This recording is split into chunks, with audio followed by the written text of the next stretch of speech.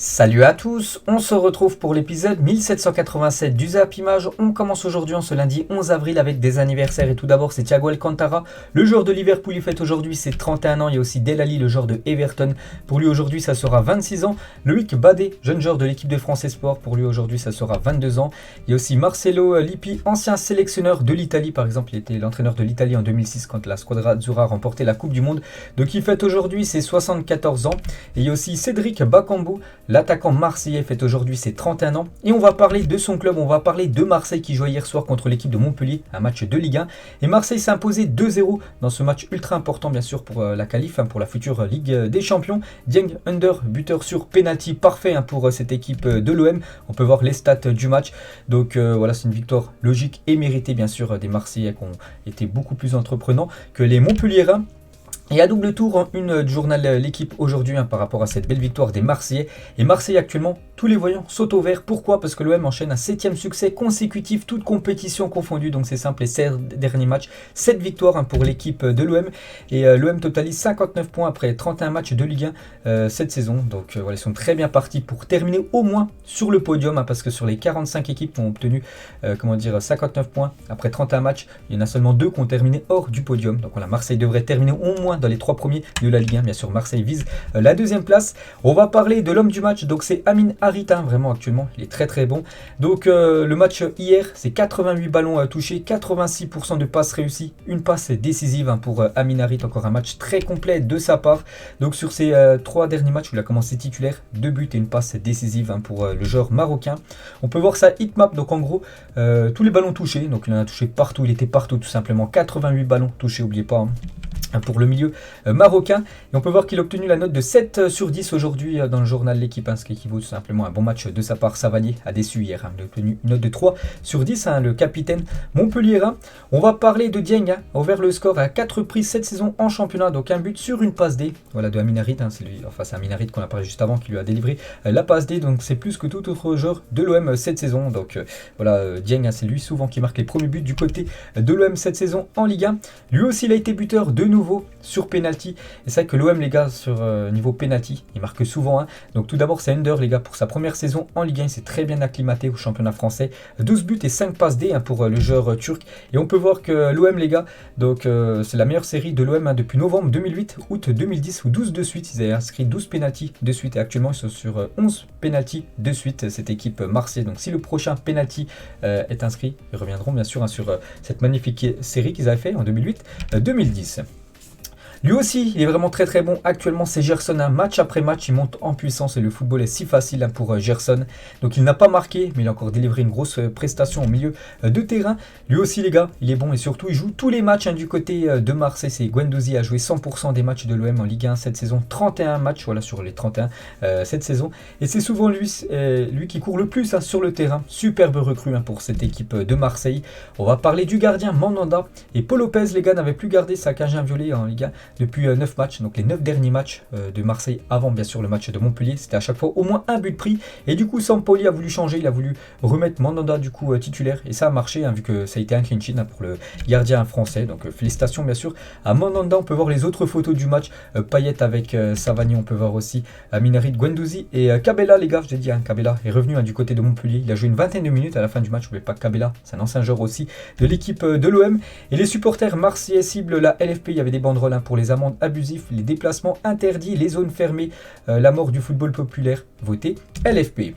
Et Marseille du coup redevient 2e de la Ligue 1, du coup Marseille repasse devant l'équipe de Rennes qui s'est imposée samedi du côté de Reims, on en parlera tout à l'heure bien sûr, du Stade Rennais. Et du coup, la semaine à venir de l'Olympique de Marseille, donc jeudi, déplacement du côté du PAOK, match retour d'Europa Conference League, un match très très important. Et dimanche, de nouveau un déplacement, cette fois-ci, le classique français, le match contre le Paris Saint-Germain. Et on va parler du PSG qui jouait samedi soir du côté de Clermont. Et grosse victoire des Parisiens, une victoire 6-1, c'est simple, les 2 buteurs, il y a eu 2 buteurs côté PSG. Donc Neymar un triplé. Mbappé, un triplé. Donc voilà, c'est simple. Hein. Donc la MNM a très bien fonctionné parce que Messi a été aussi décisif. On peut voir les stats du match. Donc voilà, le PSG a complètement dominé hein, cette équipe de Clermont hein, là, qui devra batailler jusqu'au bout pour essayer de se maintenir. Et la balade des As en une hier hein, du journal L'équipe, hein, trop facile hein, bien sûr cette victoire du PSG hier avant-hier hein, contre l'équipe de Clermont. Et la MNM samedi soir, donc Mbappé triplé plus une passe D. La même chose hein, pour Neymar et Messi n'a pas marqué mais il a délivré 3 passes décisives. Hein, Léo Messi, donc rien à dire les gars, ils ont été ultra performants. Les 3 joueurs, enfin les 3 joueurs offensifs hein, de cette équipe parisienne. On peut voir bien sûr qu'ils ont pu, surtout Mbappé et Neymar, ils ont pu repartir avec le ballon du match hein, vu que les deux ont inscrit un triplé. Le ballon a été signé par tous les joueurs parisiens. On peut voir par exemple sur le ballon de Kylian Mbappé, félicitations tortue, parce que Mbappé est souvent, comparé à une tortue, donc c'est pour ça qu'il y a, je sais pas c'est qui a signé ça, mais il a dit félicitations tortue bien sûr, hein, par rapport au ballon hein, de Kylian.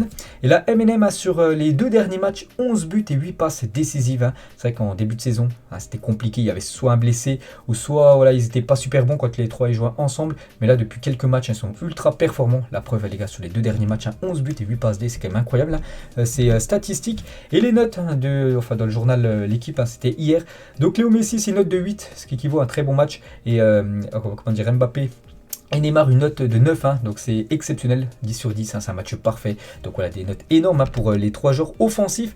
Et on va parler bien sûr de leur match. On commence tout d'abord avec Kylian Mbappé. On peut voir tous les ballons touchés, hein, bien sûr, par Kylian Mbappé. Et ces 3 derniers matchs, donc c'est simple, hein, il est impliqué dans 13 buts en 3 matchs, c'est trop. Donc 4 buts contre Clermont, 5 buts contre Lorient et 4 buts contre l'Afrique du Sud avec l'équipe de France, incroyable actuellement. La série hein, de Kylian Mbappé. Et cette saison, c'est simple, c'est le meilleur passeur du championnat et aussi le meilleur buteur, 20 buts et 14 passes décisives. N'oubliez pas que jamais un joueur dans le championnat français a terminé meilleur buteur et meilleur passeur à la fin de la saison. Donc il reste encore quelques matchs bien sûr, hein, mais bon, Mbappé est bien parti hein, pour devenir hein, le premier tout simplement dans ce domaine. Et au cours des 50 dernières années, seuls 2 joueurs sont parvenus à atteindre la barre des 125 buts avant leurs 24 ans dans les 5 meilleurs championnats européens. Donc Raoul et de nouveau, maintenant on peut mettre un nouveau joueur, Kylian Mbappé. Et 4e saison consécutive où Mbappé atteint ou dépasse la barre des 30 buts. Hein, donc actuellement il a 31 buts, toutes compétitions confondues. Seulement avec le PSG, donc la saison dernière il est à 42, sa plus belle saison, il lui reste encore quelques matchs hein, bien sûr pour essayer de revenir hein, sur son record établi saison dernière. Et si on prend en compte en plus, hein, on va dire les stats avec l'équipe de France, donc il est impliqué sur 62 buts, toutes compétitions confondues, c'est énorme. Hein. Donc 40 buts plus 22 passes D1 club plus sélection, plus que tout autre joueur cette saison, incroyable bien sûr, hein, Kylian. Et comme j'ai dit, hein, sur les 4 dernières saisons, minimum 30 buts, donc il pourrait revenir hein, sur le record de Thierry Henry. En 2006, il avait réalisé 5 saisons, voilà, minimum 30 buts, donc on verra ce que ça va donner bien sûr hein, pour Kylian.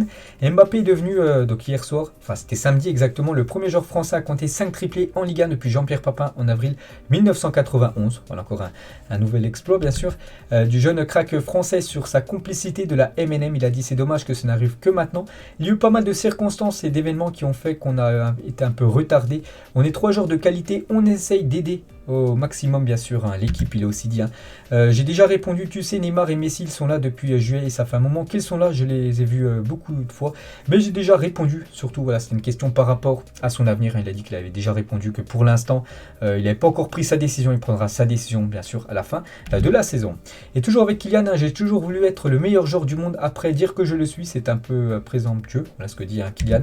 Et il parle aussi du prochain match du PSG, un match très important pour l'équipe, hein, pour les supporters, pour tout le monde vu que c'est Marseille en face. Hein. Donc le message de Kylian avant le Classico. L'OM c'est toujours spécial pour nous, pour les supporters. On aimerait que les supporters soient toujours avec nous.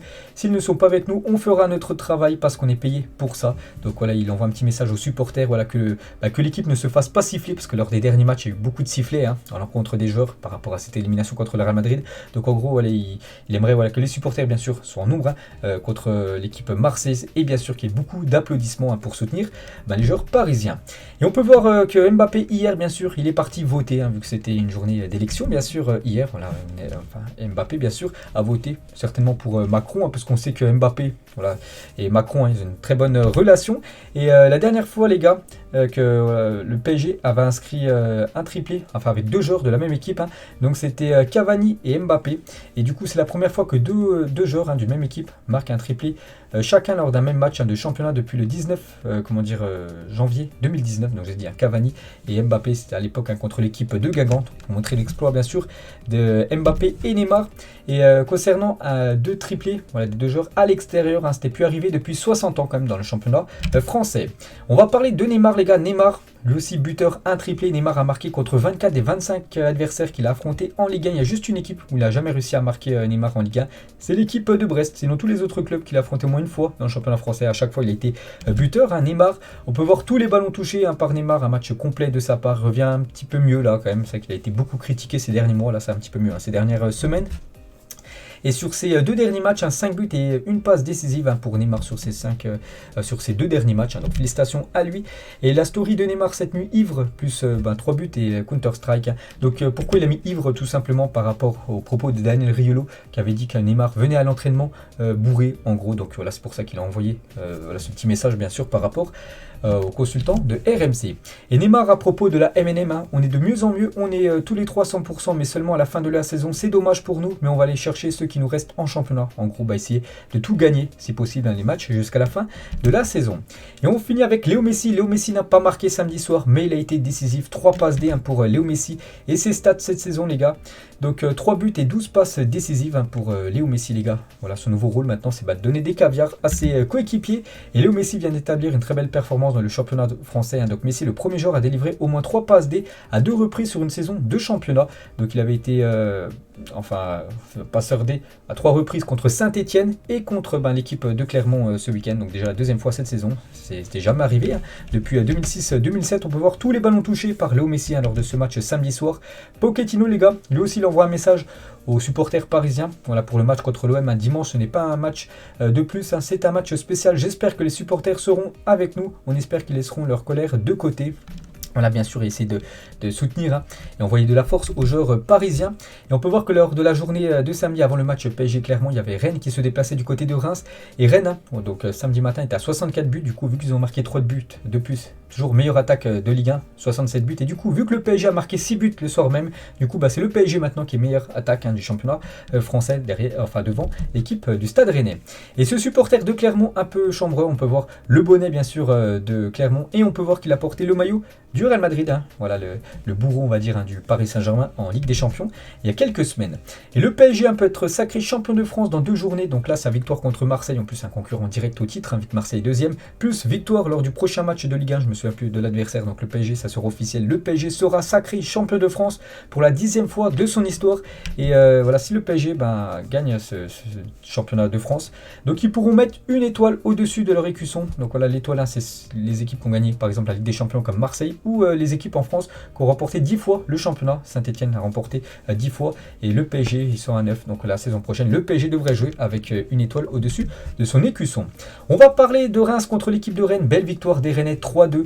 Donc ils gagnaient 3-0, ils se sont fait peur, hein, parce que Reims est revenu à 3-2. Mais bon, voilà, Rennes prend les 3 points. On peut voir les stats du match, hein, un match où ça a été quasiment du kiff-kiff. On peut voir les tirs et tirs cadrés, mais c'est bien Rennes, hein, qui prend les 3 points. 3 points très importants. Et Rennes garde la cadence, hein, par rapport à l'équipe de Marseille. Et le Stade Rennais compte 56 points en 31 matchs, également le plus haut total de son histoire à ce stade dans l'élite, hein.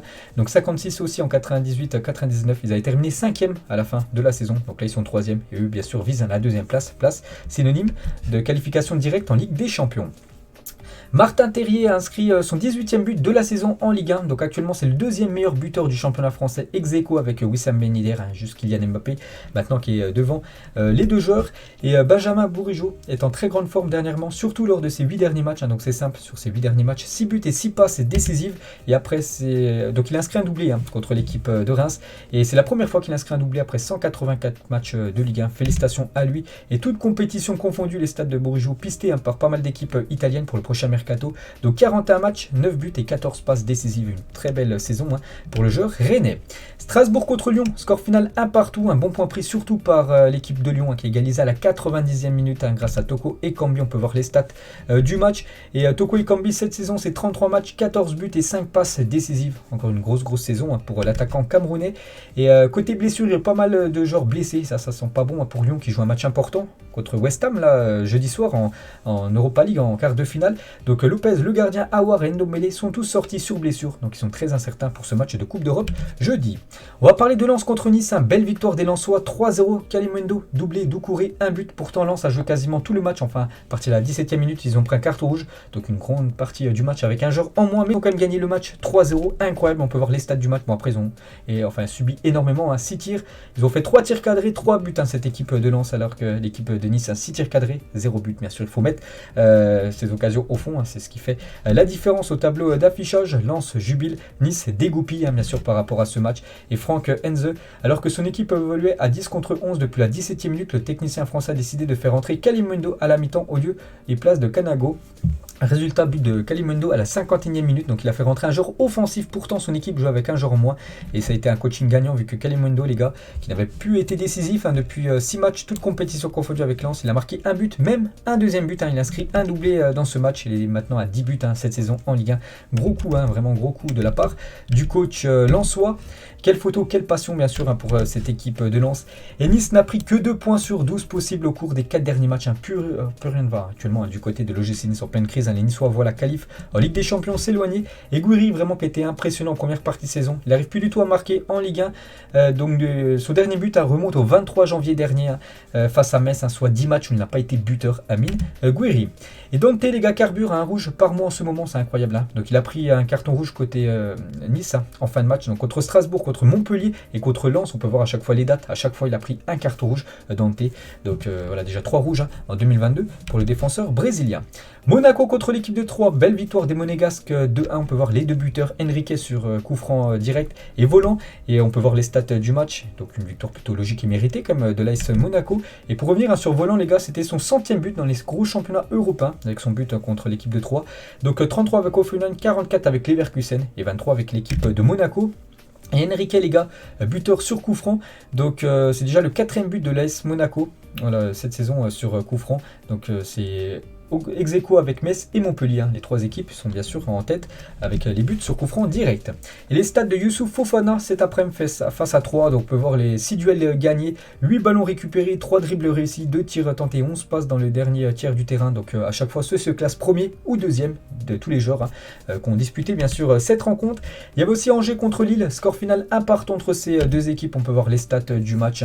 Donc Lille a beaucoup tenté, beaucoup de tirs, mais seulement 3 tirs cadrés et seulement un but pour les Lillois. Brest contre l'équipe de Nantes, 1 partout aussi entre ces 2 équipes. On peut voir les stats du match, donc c'est plutôt logique le match nul quand on voit les statistiques de cette partie. Kolo Muani, les gars, qui quittera le club en fin de saison. Donc 34 matchs, 13 buts et 5 passes D, c'est lui qui a été buteur côté Canaries ce week-end. Bordeaux contre Metz, c'était un match très important pour le maintien et c'est Bordeaux, les gars, qui fait la très belle opération. Pourtant ils perdaient 1-0, mais ils ont réussi à renverser le match et gagner le match 3-1. On peut voir les stats de cette partie. Et enfin le sursaut pour cette équipe des Girondins de Bordeaux, les gars. C'est la première victoire de Bordeaux en Ligue 1 depuis le 23 janvier dernier. Entre temps c'était 9 matchs, 5 défaites, 4 matchs nuls. Ils avançaient plus du tout. Et là bien sûr avec ces 3 points, ils peuvent toujours bien sûr de toute façon se maintenir mathématiquement. C'est encore possible pour l'équipe de Bordeaux. Et on peut voir sinon tous les autres résultats. Moi je crois que j'ai parlé de tous les matchs ce week-end. Juste Lorient-Saint-Etienne, on avait parlé bien sûr samedi, c'est pour ça que j'en parle pas aujourd'hui. Du coup le classement des meilleurs buteurs, Mbappé premier, 20 buts, Terrier, Ben Yedder, les deux sont maintenant en deuxième position. Les deux sont à 18 buts en Ligue 1. Et on peut voir du coup le classement, le PSG 71 points, Marseille 59, n'oubliez pas prochain match, PSG contre l'OM, Rennes à la 3e position. On peut voir que Lyon toujours 10e du classement, ils sont très très loin. Peut-être Lyon va essayer de viser vraiment l'Europa League, et s'ils gagnent l'Europa League, n'oubliez pas qu'ils seront qualifiés directement pour la future Champions League. Et on peut voir la fin du championnat. Donc Bordeaux du coup repasse devant l'équipe de Metz, 26 points, c'est pour ça que tout reste jouable pour Bordeaux, parce que Saint-Etienne est juste un point devant l'équipe des Girondins de Bordeaux. Donc voilà que ça ce soit pour les places européennes ou bien sûr pour le maintien. Il y aura beaucoup de suspense en cette fin de saison. Direction la Première Ligue, on commence directement avec le gros match. C'était hier Manchester City contre Liverpool, son dauphin. Et du coup, score final 2 partout dans ce match que j'ai regardé. Vraiment un match très animé. Vraiment, c'est peut-être deux équipes actuellement qui jouent le meilleur football au monde. Donc De Bruyne, Jesus, Jota et Mané ont été buteurs lors de ce gros choc. En Angleterre, on peut voir les stats du match avec City a un petit peu plus dominé comme cette équipe de Liverpool. Mais bon, Liverpool a quand même réussi à prendre un point. Et l'homme du match, c'est Kevin De Bruyne. Quelle classe, bien sûr, ce joueur belge, les gars, son poste. Vous mettez qui devant lui, sérieusement? Personne. En milieu de terrain, les gars, c'est tout simplement le meilleur joueur au monde. Et quand même, depuis quelques saisons, il est toujours au top. Le joueur belge, et donc il est décisif. Donc sur 22 buts cette saison, toute compétition confondue, 14 buts et 8 passes décisives pour Kevin De Bruyne. Magnifique but de sa part. Bon, une frappe contrée, mais bien sûr, c'est lui qui a provoqué la chance, tout simplement, pour marquer son but. Félicitations à De Bruyne. Lui aussi, il a été buteur. C'est Gabriel Jesus, a répondu à l'appel de Pep. Premier but en Première Ligue depuis septembre dernier pour l'attaquant brésilien. Quelques photos de son but où il a trompé tout simplement un autre brésilien, Alisson Becker. Et on va parler de Danilo, parce que c'est Danilo qui a fait, pas Danilo, plutôt Cancelo qui a fait la passe D pour le but de Gabriel Jesus. Et rappelons aussi longtemps que possible que la Juventus a échangé Danilo plus 28 millions d'euros contre Cancelo. Incroyable, bien sûr, le braquage de Manchester City, voilà, dans ce deal qui s'était fait il y a déjà quelques temps. Donc très très gros coup réalisé par cette équipe des Blues dans le transfert, où la Juventus a totalement pris une douille, on peut le dire. Guardiola kiffe tellement Cancelo qu'il le prend dans ses bras en plein match. De nouveau décisif, j'ai dit, il a délivré une passe D. Mahrez, les gars, attention à ne pas regretter cette action en fin de match. Donc c'était en toute fin de match, les gars, il restait peut-être une dizaine de secondes. Et Riyad Mahrez, il avait l'opportunité de marquer ce troisième but qui aurait été la victoire pour City. Il a tenté un lob, dommage, le lob est passé trop des buts. Attention, bien sûr, cette action qui pourrait bien sûr être fatale pour City si City venait à perdre des points dans les prochains matchs. Et fascinant de voir à quel point Ederson est toujours très détendu dans ce genre de situation. Regardez où il a dégagé le ballon, les gars, devant sa ligne. On peut voir Diogo Jota qui s'est jeté, malheureusement pour l'attaquant de Liverpool. Il a été trop court. Et Jürgen Klopp, les gars, l'entraîneur de Liverpool, c'était comme un combat de boxe aujourd'hui. Si vous baissez les bras pendant une seconde, l'adversaire peut vous mettre KO. Bien sûr, ça s'est répondu coup sur coup. Voilà, City a marqué le premier but, Liverpool a égalisé. Et ensuite, City a repris l'avantage et Liverpool a réussi à mettre ce but du 2 partout. Marqué le jour de ses 30 ans, c'est fait. J'avais dit hier que Sadio Mané fêtait ses 30 ans hier. Il a été buteur. L'attaquant sénégalais, félicitations à lui. Lui aussi, il a été buteur. Donc 15 buts déjà en première ligue cette saison. Seul Son et Salah font mieux que le Portugais cette saison dans le championnat anglais. Félicitations à Diogo Jota, on parle peu du joueur portugais, mais fait une magnifique saison et c'est déjà son 21e but de la saison, toute compétition confondue. On peut voir sa célébration bien sûr qu'il a fait, et les joueurs ne doivent jamais perdre un match de première ligue dans lequel ils ont marqué. Donc Jesus et Jota poursuivi leur séquence. Donc Jota, ça fait 33 matchs où il marque en première ligue, où son équipe ne perd pas, et la même chose pour Gabriel Jesus. Lui, ça fait 45 fois où il marque un match, enfin où il marque dans un match tout simplement, et l'équipe de City ne perd pas. 12e passe décisive de la saison pour Alexander Arnold en première ligue. Il balance caviar sur caviar. Bien sûr, on ne le présente plus. Alexander Arnold, peut-être actuellement le meilleur défenseur droit de la planète. Lui aussi, il a été décisif. C'est lui qui a fait la passe D pour le but de Mané. Donc, les stats de Mohamed Salah contre le Big Six en première ligue sous le maillot de Liverpool. 47 matchs, 26 buts et 9 passes décisives pour Salah. Il n'a pas marqué. Mais de nouveau, il a régalé son collègue sénégalais. Et Steven Gerrard, 212. Et Mohamed Salah, 159. Donc, Salah est devenu aujourd'hui l'unique deuxième joueur le plus décisif. Donc, but plus passe D dans l'histoire de Liverpool en première ligue. Et concernant ces deux monstres, c'est les deux meilleures équipes actuellement en Angleterre. Donc seul un point sépare Manchester City de Liverpool au cumul des 4 dernières saisons de Première Ligue. C'est incroyable. City serait en tête avec 338 points et Liverpool 337 points. Un point juste derrière si on prenait tous les points obtenus par ces deux équipes en Première Ligue sur les 4 dernières saisons. Et le suspense du coup reste totalement entier, totalement ouvert. Donc City, les gars, c'est 74 points, Liverpool 73. Donc on a la 31e journée, il y en a 38. Donc voilà, avantage bien sûr City, parce que si City gagne tous ses matchs, City sera sacré champion d'Angleterre. On peut voir les derniers matchs. Donc City en gros match, il y a peut-être, il n'y en a pas beaucoup en gros, parce que Watford, Leeds, Newcastle, Wolverhampton, West Ham, Aston Villa et Brighton, c'est à la portée bien sûr de City, alors que Liverpool, ils ont quand même Manchester United, ils ont Tottenham, en grosse équipe ou même voilà, Everton. Donc voilà, quand même avantage pour City pour remporter ce championnat. Et City et Liverpool se retrouveront, n'oubliez pas, dès samedi les gars pour la demi-finale de la Cup de nouveau, du beau football en perspective. Donc voilà, une petite info de plus. On va parler du troisième de la Première Ligue, c'est l'équipe de Chelsea qui se déplaçait du côté de Southampton. Belle victoire de Chelsea après 2 revers voilà, contre Brentford et contre le Real Madrid. Fait mal à cette équipe des Blues. Donc là, ils ont écrasé l'équipe de Southampton 6-0. Regardez tous les buteurs. Donc voilà, Lonzo, Mount, un doublé, Werner, un doublé, Kai Havertz, un but. Donc déjà à la 22e minute, il y avait déjà 3-0 pour l'équipe de Chelsea. Et Thomas Tuchel sur le match de Werner. Ce week-end, il a inscrit un doublé, un attaquant allemand. Il aurait pu marquer plus, il a eu d'énormes occasions et beaucoup d'occasions, tout simplement. C'était sa position préférée face à un adversaire contre lequel nous savions que nous pourrions trouver des espaces derrière. Ce qui est arrivé, vu que Chelsea a écrasé cette équipe 6-0. Tottenham aussi, c'est une grosse victoire. 4-0 contre l'équipe de Aston Villa. Kulusevski, un but. Hugminson, un triplé pour l'attaquant coréen, certainement le meilleur coréen de l'histoire du football. Et donc, bien évidemment, c'est Harry Kane qui a été l'auteur d'une des passes décisive pour le but de Son. Donc Ken a déjà délivré 21 passes D pour Son. Donc on peut voir juste que le duo Silva, Agüero et Lampard Drogba ont délivré plus de passes D que le duo, on va dire, Ken Son. Et on peut voir que Son, les gars, du côté de Tottenham, c'est 225 matchs pour 87 buts pour ce joueur, bien sûr, régulier, match après match. Et on peut voir par rapport au soulier d'or, donc en gros, le meilleur buteur du championnat de Première Ligue. Donc c'est toujours Salah, le meilleur buteur, 20 buts. Hugminson, 17 buts. On peut voir que Jota est à 15 buts actuellement. Et meilleur buteur de Première Ligue, donc 20 et 17, Salah et Son. Et meilleur buteur de PL sans pénalty, on peut voir que ce serait Son. Voilà, parce que tous ces buts ont été inscrits dans le jeu, alors que Salah a inscrit quand même 5 buts sur pénalty. Et lui aussi, les gars, il a été décisif, le plus de buts, plus passe D en Première Ligue. Donc en 2022, là je parle juste de l'année 2022, on peut voir que c'est 3 joueurs comme de Tottenham, 3 premières places. Harry Kane c'est 15, Son c'est 13, et Kulusevski qui a quitté la Juventus pour rejoindre Tottenham, c'est 9 buts. Donc il a marqué 3 buts plus 6 passes D, ce qui fait bien sûr 9 buts où il a été décisif. Et les points pris en Première Ligue depuis que Antonio Conte, l'entraîneur de Tottenham, donc on peut voir que les Spurs c'est 42 points et plus de buts inscrits. Donc Tottenham toujours à la 3e position, 47 buts, un but en dessous par rapport à City ou même Liverpool.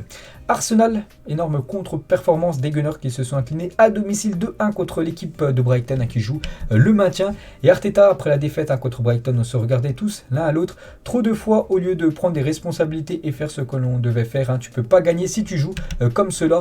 Et sur l'inefficacité d'Alexandre Lacazette qui a eu des occasions mais il n'a pas réussi à les mettre au fond. Nous voulons marquer plus de buts et je suis troublé quand nous perdons, mais marquer des buts est une responsabilité de toute l'équipe et pas seulement pour un joueur. Voilà, en l'occurrence Lacazette. Everton contre Manchester United et grosse désillusion pour les Red Devils qui se sont inclinés 1-0 du côté de Everton. L'Europe s'éloigne, surtout la Ligue des Champions s'éloigne pour cette équipe de Manchester United. Donc à ce rythme-là, donc à la 24e journée, c'était 4e, donc dans le top 4, ce qui était l'objectif du club. Et actuellement, à la 32e journée, à 6 journées de la fin, mais sous 7e, ça sent pas bon pour la Ligue des Champions, même peut-être pour l'Europa League. Voilà, peut-être Manchester jouera l'Europa Conference League. Imaginez CR7 en Europa Conference League, c'est incroyable. Et Ronaldo était très en colère à la fin du match. Grosse colère de CR7 qui s'en est pris un téléphone d'un fan d'Everton. Donc il a fait tomber son téléphone, donc téléphone cassé. Et du coup il s'est excusé sur son compte Instagram Cristiano Ronaldo. Je voudrais m'excuser pour mon emportement. Et si possible j'aimerais inviter ce supporter où il a cassé ce téléphone à regarder un match Old Trafford et en signe de fair play et d'esprit sportif. Donc voilà ce qu'a répondu bien sûr Cristiano Ronaldo. Et la police du Merseyside a ouvert une enquête après l'incident survenu avec Cristiano Ronaldo qui a cassé bien sûr le téléphone d'un supporter. Et on peut voir sinon dans son match qu'il a été victime de pas mal de coups. Les jambes de Cristiano Ronaldo à la fin du match. Regardez toutes les entailles qu'il a eu des joueurs de Everton. En plus match perdu, donc très mauvaise journée pour Cristiano Ronaldo ce week-end. Le gardien David De Gea, il en peut plus. La très grosse colère de David De Gea après la défaite à Everton. Une nouvelle mauvaise prestation, ce n'est pas assez. Nous ne sommes pas assez bons. On ne mérite pas de gagner. On ne mérite pas le top 4. Pour être honnête, on ne mérite rien du tout du côté de Manchester United. Et ça fait maintenant 9 matchs à l'extérieur que Manchester United encaisse au moins un but. Donc voilà, les 9 derniers matchs, à chaque fois ils ont encaissé au moins un but. Plus rien ne va actuellement du côté des Red Devils. Et samedi 9 avril, 32e journée, Juan Mata joue ses premières minutes de la saison en Première Ligue. Il a joué quelques minutes et c'était tout simplement ses premières. Il n'a jamais joué une seule minute depuis le début de la saison. Watford contre Leeds United, belle victoire de Leeds United 3-0. On peut voir les 3 buteurs. À noter que Rafinha qui est pisté par l'équipe du Barça, c'est lui qui a ouvert le score et en plus il a été élu homme du match. On peut voir aussi la belle victoire de Leicester 2-1 contre l'équipe de Crystal Palace, la belle victoire aussi de Brentford contre West Ham qui est juste devant Manchester United au classement, une belle victoire 2-0. Et regardez les gars, voilà cette flèche lors du match, pourquoi il y a une flèche là sur le bâtiment en face. Donc si on zoome un petit peu plus, la part de rêve pour ce fan de Brentford, donc toujours avec la flèche les gars. Donc regardez, il était posé tranquillement en train de regarder le match, bien sûr, vu que depuis sa terrasse il pouvait regarder ce match de Première Ligue. Et on peut voir sinon tous les autres résultats de ce championnat anglais. Il y a Norwich Burnley que j'ai pas parlé les gars. Norwich a imposé 2-0 et du coup on peut voir le classement. Donc ça c'est serré de partout, que ce soit pour les 4 premiers, pour les places en Europa League et bien sûr aussi pour le maintien. Donc là aussi beaucoup de suspense. Direction l'Espagne et on commence avec le Barça qui joue hier soir contre l'équipe de Levante. Belle victoire des Blaugrana, une victoire dans la douleur, mais victoire au bout, c'est ce qui est le plus important. Une victoire 3-2, Aubameyang, Pedri, Luc de Jong, buteur. Donc ça fait déjà 15 matchs d'affilée que le Barça n'a pas perdu en Liga, incroyable. Regardez les 15 derniers matchs, 7 victoires consécutives, 15 matchs sans perdre. Donc la dernière défaite remonte, c'était je crois le 8 décembre dernier exactement. Donc ça commence à dater bien sûr la dernière défaite. Blaugrana et Xavi l'a dit, nous devons améliorer notre jeu, mais nous jouons très bien. C'est une question de mentalité de gagnant et d'y croire jusqu'au bout. Il faut y croire jusqu'au bout parce que le but victorieux était inscrit à la 92e minute par l'équipe Blaugrana et c'est Luc de Jong. On peut voir Lucky Luke tout simplement, une journal Mundo Deportivo par rapport à l'attaquant néerlandais qui a marqué ce but victorieux en fin de match. Et le Barça a gagné 6 points grâce au but de Luc de Jong en Liga cette saison. Bon, une petite info de plus sur le joueur néerlandais. Et le coaching ultra gagnant de Xavi ce soir. Donc Pedri, Gavi ont commencé sur le banc. Donc il a fait rentrer les deux joueurs. Ils ont été décisifs. Donc Pedri seulement 7 minutes après, il a marqué un but pour le FC Barcelone. Donc on n'en parle plus bien sûr de Pedri. Maintenant vraiment un très très bon joueur bien sûr de Pedri. Et match après match, il est tout le temps autant régulier. Il a même joué en chaussettes. Regardez Pedri. Voilà, c'est incroyable aussi cette photo. Et Barcelone, vraiment pour vous montrer la Pedri dépendance, Barcelone a remporté 80% de ses matchs lorsque Pedri est titulaire en Liga contre seulement 42% lorsqu'il n'est pas là. Donc voilà, il y a bien sûr le Barça avec Pedri et le Barça sans Pedri, c'est pas du tout pareil. Aubameyang depuis sa signature en janvier dernier au Barça, 14 matchs, 10 buts pour l'attaquant gabonais, de nouveau buteur, l'ancien joueur de Arsenal. Lui aussi il a été décisif, c'est Ousmane Dembélé. En seulement 14 matchs cette saison en Liga, Dembélé est parvenu à égaler Karim Benzema en délivrant 11 passes décisives. Actuellement, c'est les deux meilleurs passeurs du championnat espagnol, Dembélé, Benzema. En plus, ces deux joueurs français. Félicitations bien sûr à eux, c'est de bon augure. Pour l'équipe de France, on va parler d'un autre français, lui c'est un peu plus compliqué. Donc l'anglais entre en jeu à la 80e minute et 2 minutes après, il concède un penalty. L'ancien joueur de Nancy, je crois qu'il avait joué à Nancy dans le passé. On va parler cette fois-ci du Real Madrid qui jouait contre l'équipe de Retafe. C'était samedi soir, belle victoire des Madrilènes 2-0, Casemiro et Vasquez buteur.